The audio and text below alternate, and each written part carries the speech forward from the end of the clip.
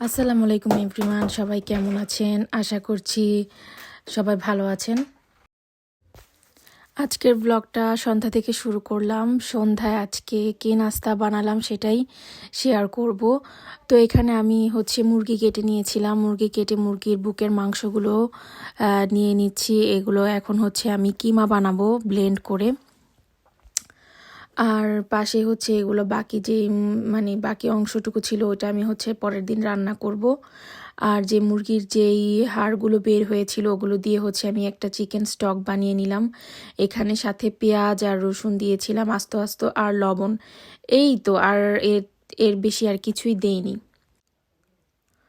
তো এই তো আমার চিকেন স্টকও বানানো পুরা হয়ে গেল। আর এখানে আমি কিমাটা বানিয়ে নিচ্ছি মুরগির বুকের মাংস দিয়ে। যেই কাবাবটা যে বানাবো, খুবই ভালো হয় কাবাবটা এভাবে করে কিমাটা করে নিলে। এই যে দেখতে পাচ্ছেন একদম সুন্দর হয়ে গিয়েছে, কিমা কিমা একদম কুচি কুচি হয়ে গিয়েছে মাংসটা। তো আর এই তো আমার কিমাটা হয়ে যাওয়ার পরে এখানে আমি পেঁয়াজ আর রসুনও দিয়ে দিলাম একবারে।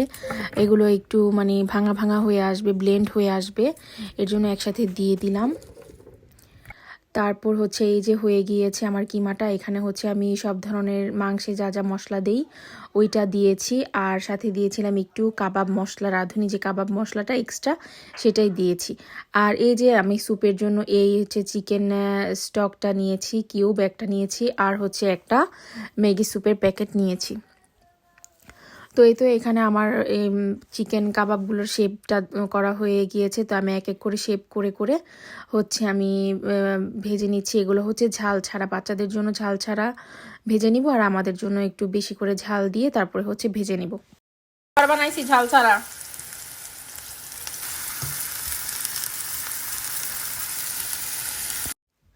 তো এই তো আমি করেছি কি, চিকেন স্টক থেকে যতগুলো চিকেন, পেঁয়াজ রসুন আস্তে আস্তে যা দিয়েছিলাম সবগুলো একটা ঝাঁঝরির মাধ্যমে উঠিয়ে নিয়েছি, যাতে পেঁয়াজ আর রসুনগুলো ফেলে দিতে পারি। আর এই যেই চিকেনের যেই পিসগুলো ছিল ওগুলো আবার দিয়ে দিচ্ছি স্যুপের মধ্যে। আর একটা ম্যাগি স্যুপের প্যাকেটও দিয়ে দিয়েছি।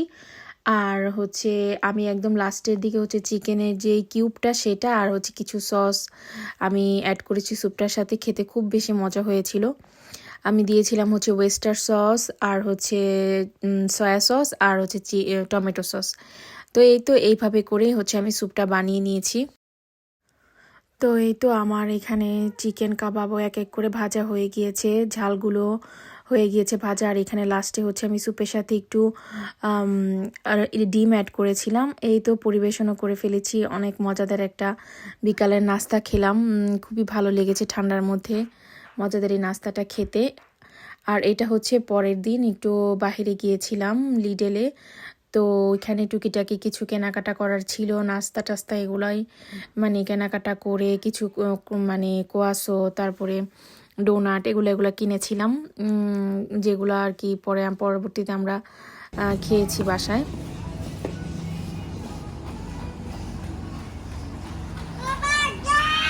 আর এটা তার পরের দিনে ভিডিও করেছিলাম। খুব তাড়াহুড়া করে রান্না করেছি। এখন বেশিরভাগ রান্নার ভিডিও করতে পারি না, কারণ অনেক তাড়াহুড়া করে রান্না করতে হয়। দেখা যায় যে কিচেন ক্লিনিংয়েরও কাজ থাকে, তার থালা বাসন এগুলা ধুতে হয় ওয়াশিং মেশিনে দিয়ে, ওয়াশিংয়ে ডিশওয়াশারে দিয়ে। তো এই জন্য অনেক ব্যস্ত থাকি, তাড়াহুড়া করে বেশি রান্নার ভিডিও করি না। জাস্ট রান্না হলে হালকা একটু ভিডিও নেই। তো এগুলোই করেছিলাম, আলু ভর্তা সাথে ডিম ভাজা। আর এটা একটা ডেজার্ট রাধোয়ার জন্য। তো এই ছিল আজকের ভিডিও। আশা করছি ভালো লেগেছে। ভালো লাগলে প্লিজ একটি লাইক দিবেন। দেখা হবে নেক্সট ভিডিওতে। আজকে এই পর্যন্তই। আল্লাহ হাফেজ।